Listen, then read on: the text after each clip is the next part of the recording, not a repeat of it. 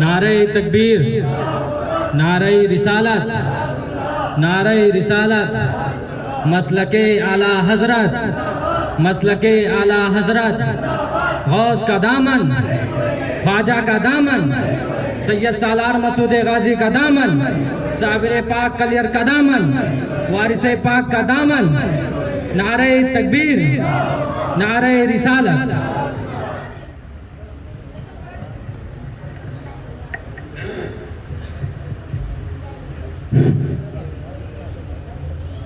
منبر رسول پر جلوہ بار معزز علماء کرام و برادر خاص شعراء اعزاز، میرے سامنے تشریف فرما بزرگان دین، ہم عمر بھائیوں اور پردہ نشین بہنوں، السلام علیکم ورحمۃ اللہ تعالی وبرکاتہ۔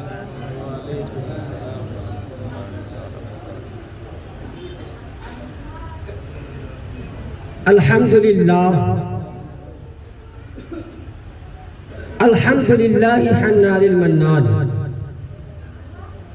الصلاة والسلام على سید الانس والجان وعلى آلہ واصحابہ الکرام، اما بعد۔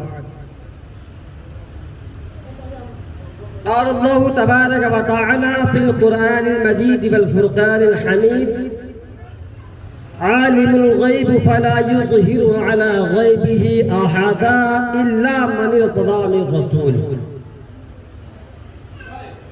صدق اللہ العظیم وصدق رسولہ النبی المتین المعین الکریم، ونحن على ذلك لمن الشاہدین والشاکرین، والحمد للہ رب العالمین۔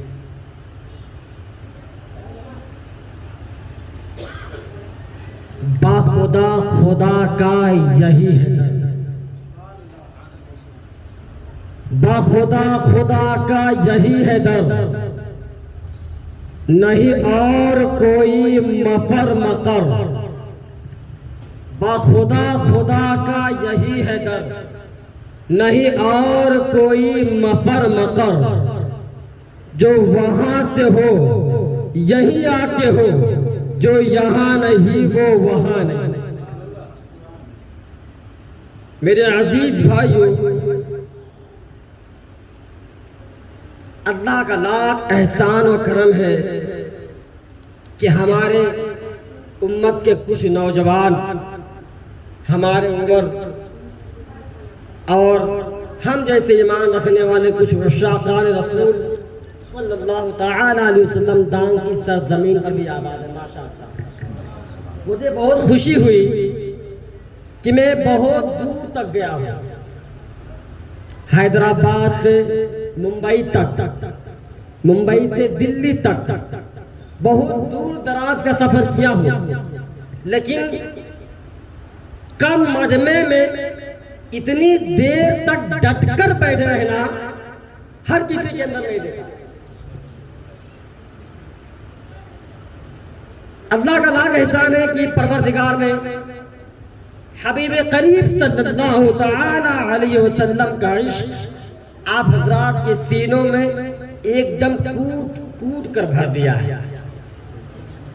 یہی تو ہم اپنا قسمت پر ناز کرتے ہیں کہ ہم حضور صلی اللہ تعالی علیہ وسلم کے کتوں کے در کے کتے ہیں، کہہ دو سبحان اللہ۔ یہی ہماری پہچان ہے کہ ہم کسی سے نہیں ڈرتے، وہ اس لیے کہ جو مصطفیٰ کے رب سے ڈرتا ہے پھر وہ سب سے نہیں ڈرتا۔ بات سمجھ میں آ رہی نہیں آ رہی؟ میں نے ابھی تقریر شروع نہیں کی، بس مجمع کو پرجوش کرنے کی کوشش کر رہا ہوں۔ آپ جانتے ہیں کہ میں نیپال گنج ضلع واقع سے آیا ہوں، اور میری کوشش یہی ہے کہ آپ یہاں سے اگر جائیں تو علماء کرام کے نظروں کے برکت سے، ان کے قدموں کے برکت سے کچھ فیض حاصل کریں۔ میں سننے کا کچھ سنانے سے قبل آئیے حبیب قریب، انیس الغریبین، مراد المشتاقین، شفیع المذنبین، اکرم الاولین، افضل الاخرین، جان عالمین، طٰہٰ و یاسین، مصباح المقربین، سراج الصادقین، راحت العاشقین، خاتم النبیین، احمد مجتبیٰ محمد مصطفیٰ صلی اللہ تعالی علیہ وسلم کے گوربار میں آئیے اپنی اپنی غلامی کا ثبوت پیش کرتے ہوئے بانداز درود ادا پیش کریں. پڑھیے صلو علی الحبیب صلی اللہ علی محمد صلی اللہ تعالی علیہ وسلم. آپ حضرات کی اجازت ہے تو میں اپنی تقریر شروع کروں؟ سننے کے لیے بے چین ہیں؟ بور تو نہیں ہو رہے نا؟ آپ کے علاقے میں آیا ہوں. یاد رکھو کہ تقریر کرنا اور نعت پڑھنا، تقریر کرنا اور نعت پڑھنا یہ حضرت حسان کی سنت ہے. آپ جو سنت ادا کر رہے ہیں میرے مصطفیٰ کی سنت ہے. میرے آقا اس سے پہلے سنا کرتے تھے اور کچھ انعام و اکرام دیا کرتے تھے. تو آپ اپنی قسمت پر ناز کرو. یہ نہ سمجھو کہ ہم نیچے بیٹھے ہیں، عالم صاحبوں پر بیٹھے ہیں، بلکہ ہم وہ کام کر رہے ہیں جو میرے آقا نے کیا ہے. اور جو آقا کام کر دے اسی کو سنت کہتے ہیں، اور جو سنتوں پر عمل کرے اسی کو سنی کہتے ہیں. سبحان اللہ. بات سمجھ میں آ رہی ہے؟ سمجھ میں آ رہی ہے؟ میں نے قرآن پاک کی سورہ جن کے ایک مشہور آیت اس کا تلاوت کرنے کا شرف حاصل کیا ہے. اور میں کرام کی توجہ کا طالب ہوں. اللہ فرماتا ہے عالم الغیب فلا یظہر علی غیبہ احدا الا من ارتضی من رسول. پروردگار فرماتا ہے کہ میں عالم غیب ہوں اور اپنا غیب کسی پر ظاہر نہیں کرتا سوائے اس کے جو رسول مجھ سے راضی ہو. جو رسول مجھ سے راضی ہو سوائے اس کے بقیہ کسی پر اپنا علم غیب ظاہر، زور سے بولو، ظاہر نہیں کرتا. اب آپ لوگ پوچھیں گے یا اے مولانا صاحب یہ بتائیے کہ علم غیب کیا ہے؟ تو آپ کو میں بتا دوں کہ جو بات چھپی ہو، جو بات چھپی ہو غیب ہے. سمجھ میں آ رہی بات؟ جو چھپی ہو غیب ہے. مثلا ہم نیپال گنج کو نہیں دیکھ رہے، وہاں پہ کیا ہو رہا ہے، کیسے ہو رہا ہے، کون مر رہا ہے، کون زندہ گھوم رہا ہے، کسی کا گھر جل رہا ہے، کسی کے یہاں پانی لگ رہا ہے، کیا ہو رہا ہے یہ ہم نہیں دیکھتے. یہ غیب ہے. اگر اسی کو واٹس ایپ کے ذریعے دیکھا جائے تو غیب نہیں رہا، یہ ظاہر ہو گیا. ہماری مٹھی میں کیا ہے؟ یہ غیب ہے. لیکن اسی کو دکھا دو تو غیب نہیں رہا. سمپل بتا دو، knowledge of future and that and past future and past future of knowledge, اسی کو غیب کہتے ہیں اردو میں. اسی کو اردو میں غیب کہتے ہیں. یاد رکھو پروردگار نے فرمایا کہ میں عالم الغیب ہوں اور اپنا غیب کسی پر ظاہر نہیں کرتا، اور میں جسے چاہوں اس پر ظاہر کر دیتا ہوں. تو اگر ہم پوچھتے ہیں اے پروردگار تو عالم الغیب ہے، اے رب تو عالم الغیب ہے، اے پروردگار عالم تو عالم الغیب ہے، تو یہ بتا تو نے حشر کیوں قائم کیا؟ اے اللہ تو عالم الغیب ہے. سمجھنے والی بات ہے. میری بات، میرا جملہ ایک بھی جملہ پھسل نہ پائے، ورنہ بعد میں آپ پچھتاوا ہوں گے، آپ کو پچھتاوا ہوگا اور آپ مایوس ہو جائیں گے کہ حضرت کا ایک جملہ میرے سمجھ سے پھسل گیا.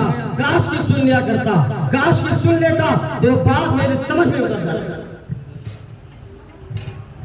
تو پروردگار فرماتا کہ میں عالم الغیب ہوں. تو ہم نے پوچھا ہے رب اے خلاق کائنات، تو غیب کا علم جاننے والا ہے، تو پھر حشر کیوں قائم کیا؟ حشر معلوم ہے؟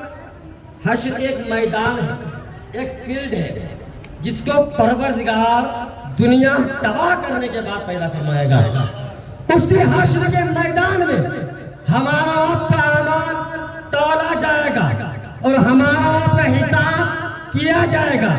جسی کو اللہ پاک قرآن پاک میں سورہ فاتحہ میں فرماتا ہے مالک یوم الدین، یہ وہی دن ہے روزے جزا کا دن. تو ہم نے پوچھا اے پروردگار تو عالم الغیب ہے، حشر کو کیوں پیدا کیا؟ ہم نے سنا ہے میرے نبی فرماتے ہیں کہ حشر کے دن کسی کی آنکھیں باہر نکل چکی ہوں گی، کسی کا بھیجا کھول رہا ہوگا، کسی کی زبانیں پیاس کے مارے باہر لٹک رہی ہوں گی. اے اللہ جب تو عالم الغیب ہے تو تو نے حشر کو پیدا کیوں کیا؟ تو جانتا ہے، چھپی بات جانتا ہے، ظاہر بات جانتا ہے. اے اللہ تو جانتا ہے کون جنتی ہے کون دوزخی ہے. اے اللہ تو جنتی ہے اس کو پکڑ کے جنت میں ڈال دے. اے اللہ جو دوزخی ہے اس کو پکڑ کے دوزخ میں ڈال دے. لیکن اے رب بات سمجھ میں نہیں آئی، تو نے حشر کو پیدا کیوں کیا؟ تو نے حشر کو بلایا کیوں؟ میزان کرنا کیا ضرورت؟ اعمال تولانا کیا ضرورت؟ پل صراط چلنا کیا ضرورت؟ عذابیں دینا کیا ضرورت؟ 50,000 فرض کا ایک دن ہونا کیا ضرورت؟ اے اللہ تو جانتا ہے عالم الغیب ہے. تو نے زمین کو پیدا کیا، تو نے آسمان کو پیدا کیا، تو نے پوری دنیا کو پیدا کیا. شجر و حجر کا پیدا کرنے والا تو ہے، شمس و قمر کا پیدا کرنے والا تو ہے، جن و بشر کا پیدا کرنے والا تو ہے. اے اللہ ہر چیز کا پیدا کرنے والا تو ہے، خشک و تر کا پیدا کرنے والا تو ہے، شمس و قمر کا پیدا کرنے والا تو ہے. اے اللہ تو خالق ہے، ہم مخلوق ہے، تو رب ہے، ہم مربوب ہے، تو مالک ہے، ہم مملوک ہے. اے اللہ تو سنوارنے والا، ہم سنورنے والے، تو بنانے والا، ہم بننے والے، تو پیدا کرنے والا، ہم پیدا ہونے والے، تو ہمیں زندگی دینے والا، ہم زندگی دینے والے. اے رب بتا تو نے حشر کو پیدا کیوں کیا؟ پروردگار فرماتا ہے اے بندے میں جانتا ہوں، میں اچھی طرح سے جانتا ہوں کہ میں خالق ہوں، میں نے بنایا ہے، میں بنانے والا ہوں، تم بننے والے ہو. میں سنوارنے والا ہوں، تم سنورنے والے ہو. میں خالق ہوں، تم مخلوق ہو. میں مالک ہوں، تم مملوک ہو. میں رب ہوں، تم مربوب ہو. اے لوگ، اے میرے بندے سن لے، میں رحمان ہوں، رحم کرتا ہوں، تم انسان ہو، رحم لیتے ہو. میں سنوارتا ہوں، تم سنورتے ہو. میں جلاتا ہوں، تم جیتے ہو. لیکن میں نے حشر کو پیدا کیا ہے، اس میں ایک وجہ ہے. تو ہم نے پوچھا اے پروردگار وہ وجہ کیا؟ بات سمجھ میں نہیں آ رہی. ہم نے پوچھا اے رب وجہ ہے کیا؟ جب تو ہر چیز کو جانتا ہے، ما کانا وما یکون کا علم رکھنے والا تو ہے. ان اللہ علی کل شیء قدیر تو ہے، ہر چیز کا علم رکھنے والا تو ہے. الا ان اولیاء اللہ لا خوف علیہم ولا هم يحزنون کا قوت بخشنے والا تو ہے. مالک یوم الدین تو ہے، الرحمن تو ہے، علم القرآن تو ہے، خلق الانسان تو ہے، علمہ البیان تو ہے. اے اللہ ساری چیز تیری نگاہوں کے سامنے. اے اللہ سمندر کے اندر جتنی مچھلیاں ہیں اس کو رزق دینے والا تو ہے. اے اللہ اس پہاڑوں کے اندر جو پیڑ لگے ہیں ان پیڑ کے نیچے، ان کے جڑوں کے نیچے چھوٹی چھوٹی جانور جو اشیاء پیدا ہے، اے اللہ تو اس کو رزق دینے والا تو ہے. اے اللہ پھر ہم نے پوچھا کہ حشر کو کیوں قائم کیا؟ ابھی سوال ہی ہو رہا ہے پروردگار سے. اے اللہ تو نے حشر کو قائم کیوں کیا؟ حشر قائم کیوں کیا؟ تو اللہ تبارک و تعالیٰ فرماتا کہ بے شک یہ حق بات ہے کہ میں ساری دنیا کو رزق دیتا ہوں، فرشتے کے ذریعے رزق دیتا ہوں. انسان جیتا ہے میری مرضی سے، انسان سانس لیتا ہے میری مرضی سے، انسان رزق پاتا ہے میری مرضی سے. انسان ہر کام کرتا ہے، اس میں ہر کام میں مشیت الہی ہوتی ہے. اگر مشیت الہی نہ ہو تو پروردگار کی مرضی کے بغیر ایک پتا بھی ہل نہیں سکتا. یا آپ حضرات جانتے ہیں تو ہم نے پوچھ لیا اے رب جب تو سب کچھ ہے، اے رب تو سب کچھ ہے تو حشر کو کیوں پیدا کیا؟ اے رب ہم بہت گنہگار ہیں، ہمارے کام کو پکڑ لے، اپنے فرشتوں کو حکم دے دے کہ فلاں بندہ جہنمی ہے اس کو جہنم میں ڈال دو، فلاں بندہ جنتی ہے اس کو جنت میں ڈال دو. تو پروردگار نے فرمایا کہا کہ اگر سب کچھ ایسے ہی ہو جاتا تو نبیوں کو بولو ضرورت نہیں پڑتی. عیسیٰ کو پیدا کرنے کی ضرورت نہیں پڑتی, موسیٰ کو پیدا کرنے کی ضرورت نہیں پڑتی, یحییٰ کو پیدا کرنے کی ضرورت نہیں پڑتی. پروردگار جسے چاہتا اسے خود معجزہ دکھا دیتا اور بقایا انعام لے آتا. لیکن یہاں پہ پروردگار نے فرق بتا دیا کہ ہم نے حق کو پیدا کیا ہے تو اپنے لیے نہیں پیدا کیا, تمہارے لیے نہیں پیدا کیا, بلکہ اپنے محبوب کے لیے پیدا کیا ہے. پوری دنیا کی جس محبوب نے اپنی امتی کے لیے اپنی جان کی پرواہ نہ کی ہو, میں نے اس محبوب کے لیے پیدا کیا.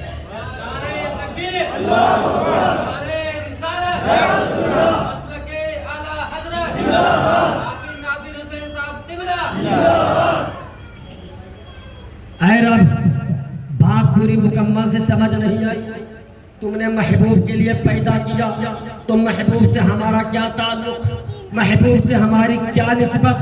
اے رب بتا دے, نسبت بھی بتاتا چل. تو اللہ تعالیٰ فرماتا ہے کہ اے میرے بندے سن لے, تم نے پوچھا ہے تو سن لو.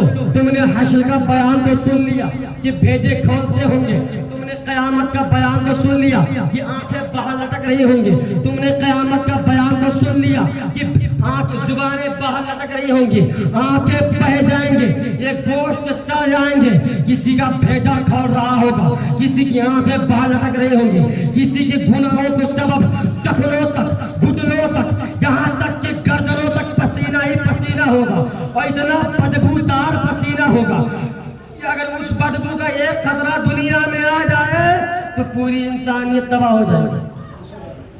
اے بندے تم نے سن لیا لیکن یہ نہیں سنا. بات بیٹھ کے آ رہی, سماعت جملہ کیش کرو, بات کو ایک دم کیش کر کے رکھو, پھسلنے نہ دو. بات سمجھ میں آ رہی ہے, آپ غور کریں, توجہ چاہتا ہوں, کیئر کریں. اللہ نے فرمایا کہ تم نے صرف قیامت کے منظر کو دیکھا, 50,000 سال کا ایک دن ہوگا, 50,000 سال کے ایک دن میں جس کے گناہوں کے حساب سے اس کو کچھ تکلیف نہیں ہوگی, اعمال کے حساب سے اس کو کچھ جان نہیں پڑے گا, اسے کوئی پریشانی نہیں گزرے گی, اسے کوئی دقتوں کا سامنا نہیں کرنا پڑے گا. رب تو فرما دیا, رب نے فرمایا ہر چیز کو سن لیا. کیا تم نے یہ نہیں سنا کہ پوری دنیا موسیٰ کے پاس جائے گی, کہے گی اے موسیٰ آپ تو اللہ کے رسول ہیں, ہماری مدد فرمائے. تو موسیٰ علیہ السلام فرمائیں گے جاؤ دوسرے کے پاس جاؤ. اے عیسیٰ کے ہم یحییٰ کے پاس جائیں گے, عیسیٰ علیہ السلام کے پاس جائیں گے, پورے انبیاء کرام کہیں گے کہ جاؤ دوسرے کے پاس جاؤ. لیکن جب عیسیٰ علیہ السلام آخری ظاہراً آخری نبی فرمائیں گے موسیٰ علیہ السلام کے پاس, عیسیٰ علیہ السلام جب فرمائیں گے اذهبوا الى محمد, تم محمد کے پاس جاؤ, وہی آپ کو سنیں گے, وہی آپ کی سنوائی کریں گے, وہی آپ کے درد کو سنیں گے, وہی آپ کی تکلیف کو سنیں گے, وہی آپ کی تکلیف کو گوارا کریں گے, وہی آپ کی پریشانی کو سمجھ سکتے ہیں, وہی آپ کی سفارش کرا سکتے ہیں. آپ سفارش کرانا چاہتے ہیں تو محمد رسول اللہ صلی اللہ تعالیٰ علیہ وسلم کے پاس جاؤ. جب اللہ فرماتا ہے کہ جب میرا محبوب قیامت کے دن, حشر کے دن, حشر کا دولہ بنا کر لایا جائے گا, اس کے ہاتھوں میں لواء الحمد ہوگا, اور اس جھنڈے کی طرح پوری دنیا کی پوری امت مسلمہ اس جھنڈے کی طرح قائم ہوگی. اور اللہ کے حبیب فرمائیں گے کہ جتنے لوگ جھنڈے کے نیچے ہیں پروردگار سب کی پاس. تو اے بندے سمجھ میں آئی بات نہیں آئی؟ میں نے جو حشر قائم کیا وہ اپنے محبوب کے لیے قائم کیا, اپنے حبیب کے لیے قائم کیا.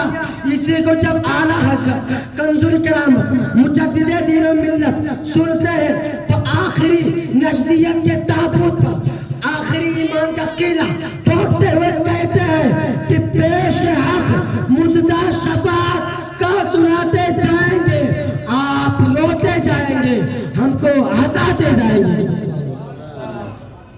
یہ میرے آقا کی شان ہے. میں نے سب سے پہلے یہی کہا تھا کہ با خدا, خدا کا یہی ہے گھر, نہیں اور کوئی. مفر مکر جو وہاں سے ہو یہی آگے ہو، اور جو یہاں نہیں ہو، بات سمجھ میں نہیں آئی؟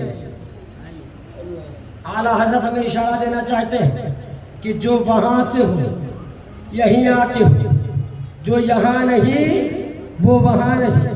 کچھ لوگ ہمارے پڑوسی کے ہیں، اے نبی کی عظمت پر انگلی اٹھانے والوں، اے نبی کی شان پہ انگلی اٹھانے والوں، سنو، جس رب نے پوری دنیا کو وجود میں بخشا، پوری دنیا کا یہ فرش بچھا دیا، پوری دنیا کا سامیانہ لگا دیا، جس رب نے، اس رب نے فیصلہ اپنے حبیب کی شان میں دی، اپنے حبیب کے حق میں دیا، تو جب میرا رب پروردگار خلاق کائنات پوری محبت کے ساتھ اپنی حبیب کی تائید فرما رہا ہے، اپنی حبیب کی شان میں اپنی حبیب کے نغمے گنگنا رہا ہے، تو آج کا انسان کی اس کی کیا جرأت، اس کی کیا مجال جو میرے نبی کی شان میں انگلی اٹھائے، جو نبی کی شان میں خلافتیں اگلے، جو میری نبی کی شان میں الٹی سیدھی باتیں کرے۔ اے مسلمانوں سن لو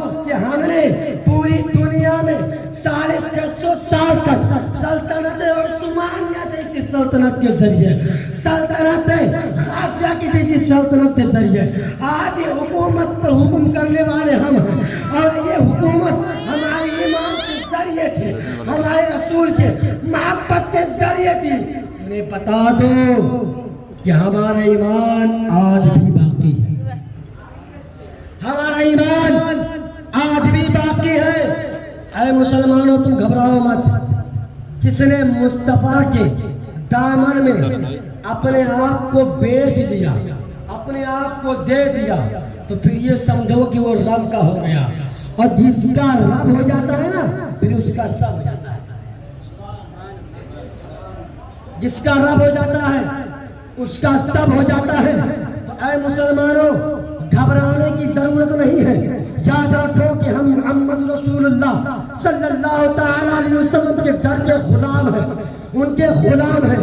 آپ نے ایک واقعہ نہیں سنا، حضور غوث اعظم فرماتے ہیں کہ میرے آقا کی شان تو چھوڑو، میری شان یہ ہے، آپ عظمت کا تصور کریں، حضور غوث اعظم کون غوث ہے، کون ولی ہے؟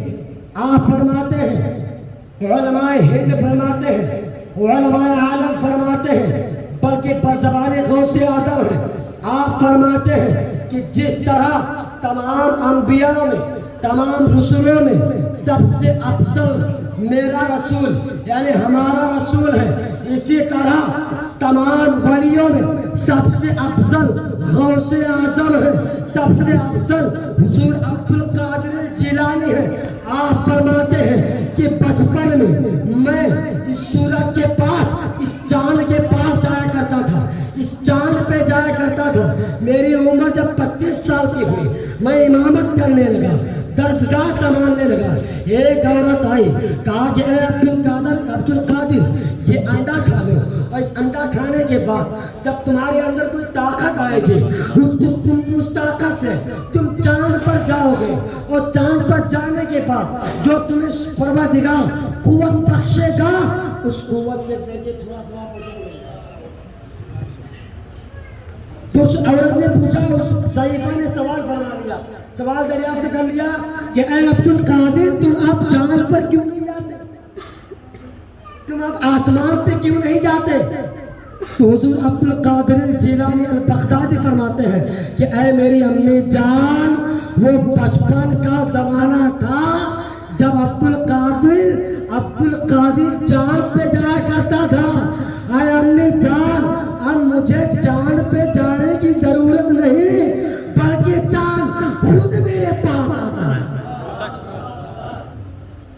اب چاند میرے قدموں میں آتا ہے۔ سارے اقطاب جہاں کرتے ہیں کعبے کا طواف، کعبہ کرتا ہے طواف در بالا تیرا۔ یہ حضور غوث اعظم کی شان میں اعلیٰ حضرت فرماتے ہیں، سارے اقطاب جہاں کرتے ہیں کعبے کا طواف، کعبہ کرتا ہے طواف در بالا تیرا۔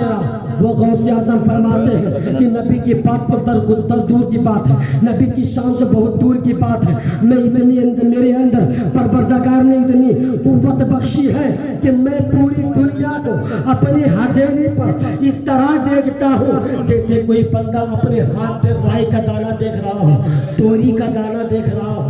پوری دنیا کو میں اس طرح معائنہ کرتا ہوں، اس طرح نظارہ کرتا ہوں جیسے پوری دنیا اپنے ہاتھ پر، میں پوری دنیا کو اپنے ہاتھ پر اس طرح نظارہ کرتا ہوں کہ جیسے کوئی بندہ اپنے ہاتھ میں رائے کا دانہ دیکھتا ہے۔ وہ غوث اعظم فرماتے ہیں، وہ غوث اعظم فرماتے ہیں کہ میری شان یہ ہے کہ مجھے نہ شیطان بہلا سکتا ہے، مجھے نہ جنات بہلا سکتا ہے۔ غوث اعظم فرماتے ہیں کہ میں اپنے علم کے بنا پر پڑھتے پڑھتے میرا مرتبہ اتنا بلند ہوا کہ پروردگار نے سارے ولیوں سے افضل کر دیا، سارے خطبوں سے افضل کر دیا، یعنی غوث اعظم بنا دیا۔ وہ غوث اعظم فرماتے ہیں کہ جنگ بدر میں، جنگ کے موقع پر ایک کافر آیا، حضور کے ساتھ کھڑا ہو گیا، تلوار کو کھینچا میان سے اور حضور کے سامنے کھڑا ہو گیا، کھینچنے ہی جا رہا تھا، وار کرنے جا رہا تھا، کہا کہ پھر اس نے تلوار کو روک لیا، کہا کہ اے محمد اگر میں تمہیں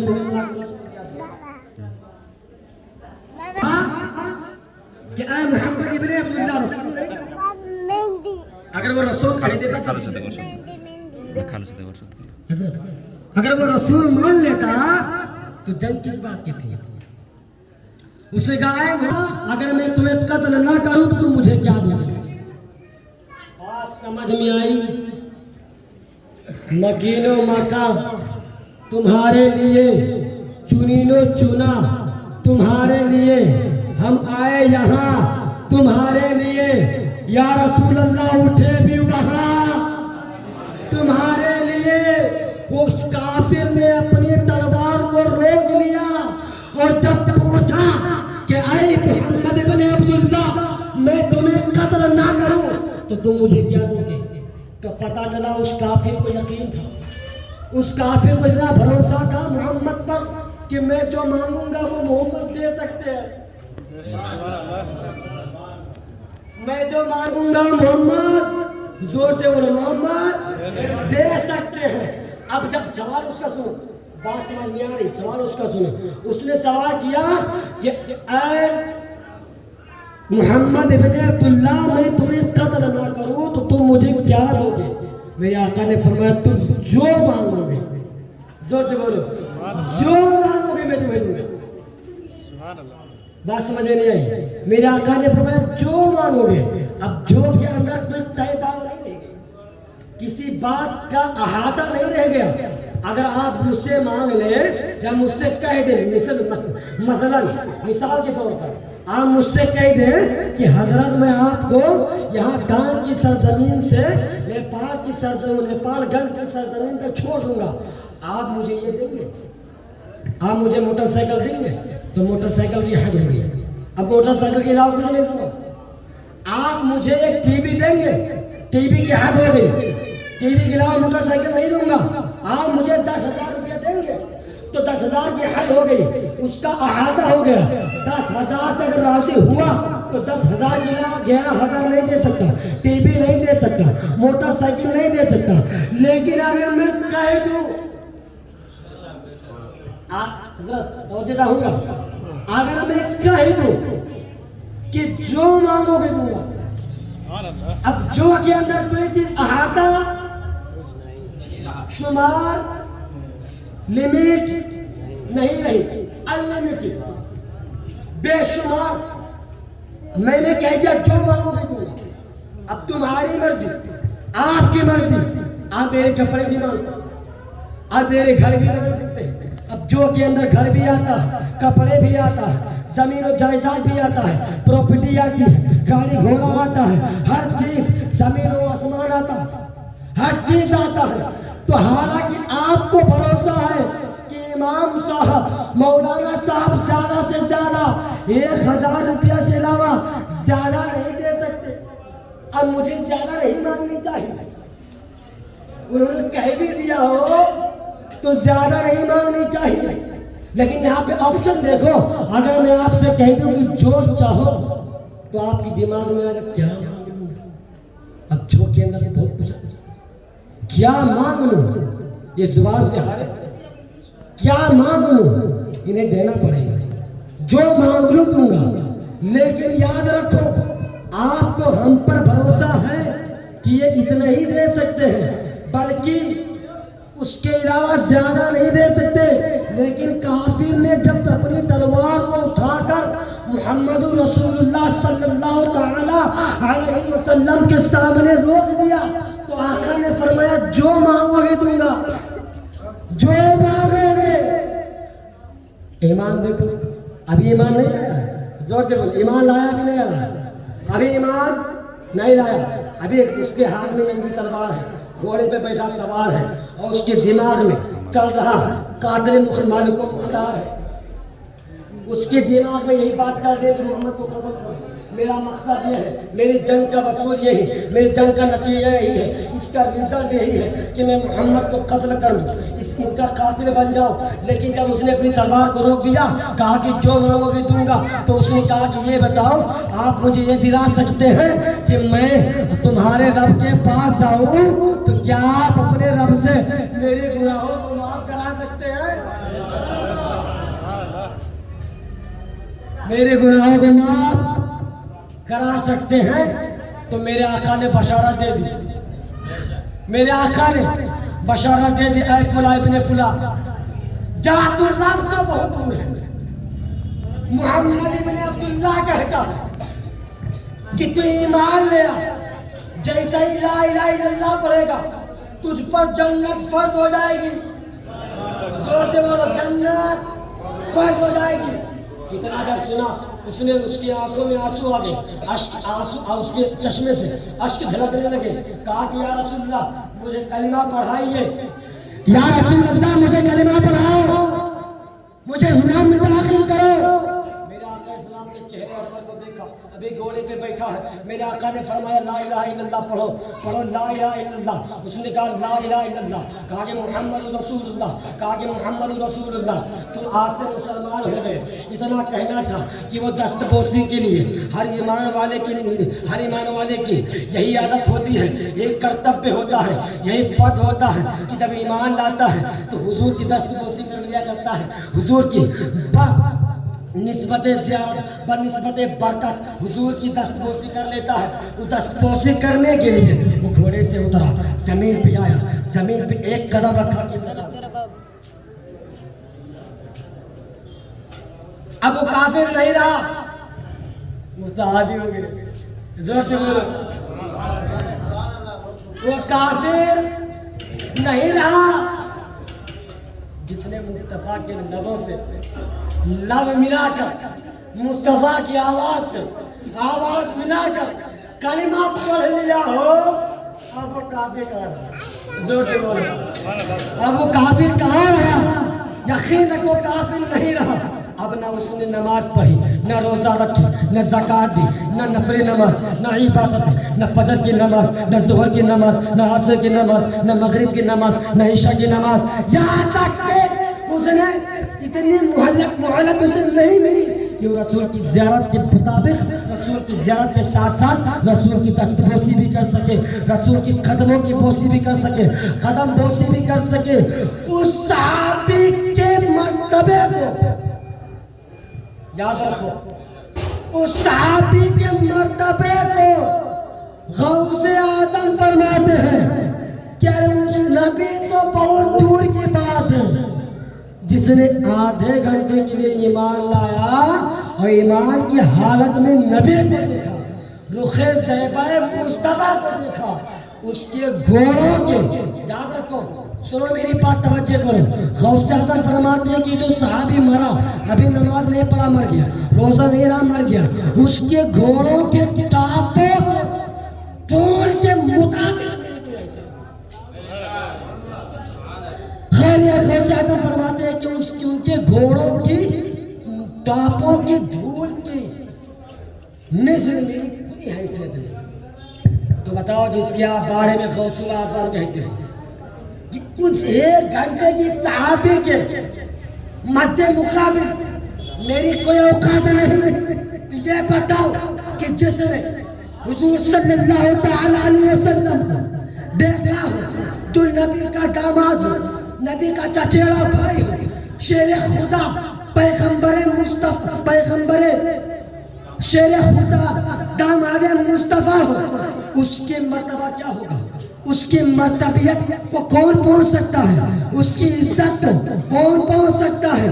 جس نے رسول کے ساتھ شانہ بشانہ جنگ کی ہو، حضرت ابوبکر صدیق کے مرتبے کو کون پہنچ سکتا ہے؟ تو غوث اعظم گویا کہ یہ بتانا چاہتے ہیں کہ ایک گھنٹہ کے صحابی کے قدموں کے برابر میری کوئی اوقات نہیں۔ تو جب یاد رکھو، سن لو، غور کرو مسلمانوں، جب ایک گھنٹہ کے صحابی کے قدموں کی مثل ان کی کوئی اوقات نہیں، تو غوث اعظم کی مثل، غوث اعظم کی اوقات تو حضرت ابوبکر صدیق کے کچھ بھی نہیں۔ تو جب غوث اعظم کی اوقات، آپ فرماتے ہیں میری جرأت، میری عزت جب صحابی کے قدموں کے برابر نہیں ہے، تو غوث اعظم فرماتے ہیں میری عزت، میری کیا مجال کہ میں ابوبکر صدیق کو مقابلہ، میری کیا مجال کہ عثمان غنی کا مثل دوں، میری کیا مجال کہ میں مولا علی کے شفاعت بتاؤں۔ ارے جس نے مصطفیٰ کے غلاموں کا جواب نہ ڈھونڈ سکا، وہ خود مصطفیٰ کا جواب کیسے ڈھونڈے گا؟ اسی لیے حضرت فرماتے ہیں کہ مصطفیٰ جان رحمت پہ لاکھوں سلام، شمع پس میں ہدایت پہ لاکھوں سلام، شہر یار ارم، تاج دار حرم، نو بہار شفاعت پہ لاکھوں سلام۔ بس میں اپنی تقریر کو، اپنی گفتگو کو بس یہیں پہ سمیٹ رہا ہوں۔ مولا تعالیٰ کی بارگاہ میں دعا ہے کہ رب میرے کہنے میں یا حضرات کے سننے میں جو لغزشیں ہوئی ہو، پروردگارا اپنے حبیب قریب صلی اللہ تعالی علیہ وسلم کے صدقے میں معاف فرمائے۔ تقریر سمجھ میں آئی نہیں آئی؟ زور سے بولو، آگے بولو،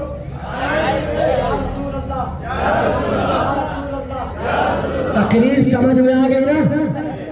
اچھی لگی نہیں؟ یہی تقریر اگر کسی بھی عالم سے آپ سنو تو تقریر کی جملہ جو ہے نا، اس جملہ کو ٹیسٹ کرو، پھر سمجھ میں آئے گا کہ یہ بات کتنی ضروری تھی، یہ بات کتنی ضرورت والی تھی۔ لیکن ایک بات اور سن لو، اگر کوئی عالم کا کوئی جملہ سمجھ میں آئے تو بات کی ہے۔ ہم نے سمجھ لیا کہ عالم صاحب نے جملہ کہا، وہ سینٹنس، وہ ورڈ کہہ دیا، ہم نے سمجھ لیا۔ لیکن جو ورڈ سمجھ میں نہ آئے تو یہ سوچ لینا کہ مولانا صاحب نے بہت بڑی بات کہی تھی۔ بات سمجھ میں؟ یہ سمجھ لینا، اس کو چھوڑنا نہیں۔ ارے ہٹاؤ یار، سمجھ میں نہیں آ رہا، کیا بول گے، چھوڑنا نہیں، اس کو بھی پکڑ کے رکھنا۔ یہ سوچ لینا ہماری سمجھ میں آیا نہ آئے، مولانا صاحب نے بہت بڑی بات کہی تو اس کو چھوڑنا نہیں ہے۔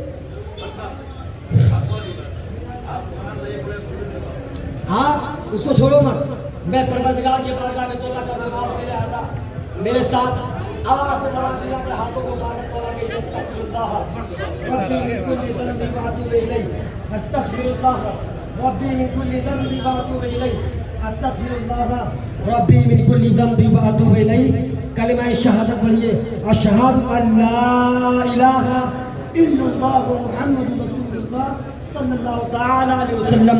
میں رخصت ہوتا ہوں، نیک ہاتھ میں اعلیٰ حضرت کا چراغ، وما علینا الا البلاغ المبین۔ السلام علیکم۔